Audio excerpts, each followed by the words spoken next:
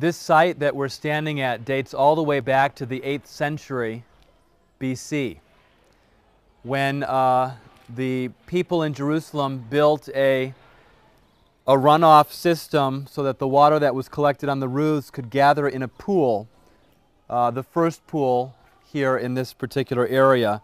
It became known as the upper pool according to 2 Kings chapter 18 verse 17, and it's also mentioned in Isaiah chapter 7 verse 3. It was until several hundred years later, in 200 BC, that the high priest Simon added a second pool on the south side so that the two pools were adjacent to each other with channels running between them. And sometime in the next century, a number of natural caves east of the pools were adapted to serve as small baths during this time period as well. We believe that at a time when health was seen to be a gift of the gods, we have some references during the Roman period to some beliefs concerning pools for medicinal purposes and so forth. Vitruvius, in the 1st century, writes in his book on architecture, "For all temples there shall be chosen the most healthy sites with suitable springs in those places, where shrines are to be set up, and especially for Asclepius and Salus, and generally for those gods by whom medicinal or medical power sick persons are manifestly healed. For when sick persons are moved from a pestilent to a healthy place, and the water supply is from wholesome fountains, they will more quickly recover. So will it happen when the divinity, from the nature of that site, will gain a greater and higher reputation and authority." We don't know exactly when this kind of tradition came to be associated with these pools, but certainly there was a tradition associated with these pools and with healing. As I mentioned earlier, as you come up through the Sheep's Gate, the sheep were first, for many years, as they came to the temple to be slaughtered, were first cleaned here in these pools, but later it became a place of healing. And we find this story accounted for in the Bible in John chapter 5, verses 1 through 13. The Bible tells us, "After this there was a feast of the Jews, and Jesus went up to Jerusalem. And there is in Jerusalem by the Sheep Gate a pool, which is called in Hebrew Betesda, having 5 porches." Betesda may mean in Hebrew a place of mercy, which would be appropriate if it was associated with healing. At any rate, in verse 3 it continues, In these porches lay a great multitude of sick people, blind, lame, paralyzed, waiting for the moving of the water.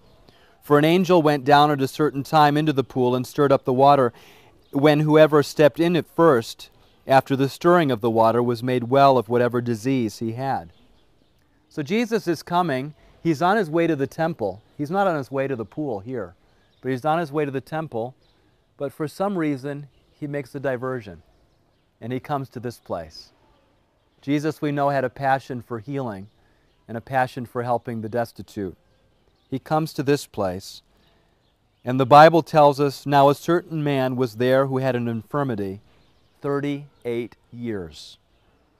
When Jesus saw him lying there, and knew that he already had been in that condition a long time, he said to him, 'Do you want to be made well?' The sick man answered him, 'Sir, I have no man to put me into the pool when the water is stirred up, but while I am coming another steps down before me.' Jesus said to him, 'Rise, take up your bed, and walk.'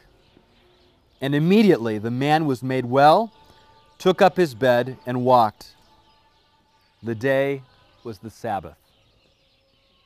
We're here appropriately on the Sabbath, and we're remembering that particular event in Christ's life, proving to the world once and for all that it wasn't Asclepius or any other Greek or Roman god.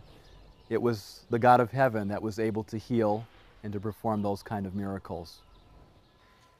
As I mentioned earlier, there are a lot of traditions here in Jerusalem.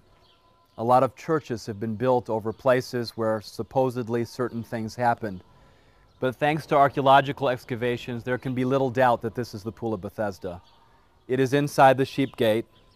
We know of Antonia Fortress further up. We know that there were other places here. We know there were two pools here adjacent to one another. They've been excavated. We can see them in a few minutes. And there's no doubt that this is the place. We don't know exactly where it was that Jesus had his moment of agony, his moments of agony at Gethsemane. It was somewhere there on the Mount of Olives. But we can be very specific about this place. There were temples built after the fact in the 2nd and 3rd century dedicated to Asclepius, the god of healing. And there were churches in the 4th, 5th, 6th, and on through the centuries that were built in this place. And so this whole area of ruins behind us here is simply one church built on top of another. The church that is next to us here and that we sang at today is a church that was built in 1040. During the period of the Crusades, this church is the longest surviving church in Jerusalem that has never suffered any destruction whatsoever. Of course, the Church of the Holy Sepulchre we'll visit today is much older than that, but it has suffered destruction over the years. This church has remained completely intact for almost 1,000 years. And so it's a special place. It is also named after Anne, the grandmother of Jesus. And it is believed that Anne lived in this vicinity in Jerusalem. That's probably a little bit more of tradition than the Pool of Bethesda location here is. But certainly it's one of the most wonderful churches to come and sing at here in Jerusalem. We're standing here in front of the southern pool of the Pool of Bethesda. What we see behind us is not really the remains of the pool, but we're looking at what we call in archaeology a bulk. This is the cut remains after archaeologists have systematically dug through and excavated. What you see is the stratigraphy, the various layers of what is left behind. You see stone walls that are jutting out, various periods. You see somebody mentioned a railroad tie. I don't know what beam that is, but you've got all this stratigraphy going on here as this has been filled up. You have to remember again, Jerusalem has been destroyed many times in antiquity and continues even today to be built up somewhat in that fashion. The pool itself was quite deep. You can see the surface that's been cut over here in the beginning of the plastering over there as this is the area here of the bedrock. We're standing pretty much on the bedrock here. The towers that you see over here supported a later church, so those are not really related to the 5 porticos that we talked about before. But this is certainly the southern pool here. The northern pool would have been over here behind us.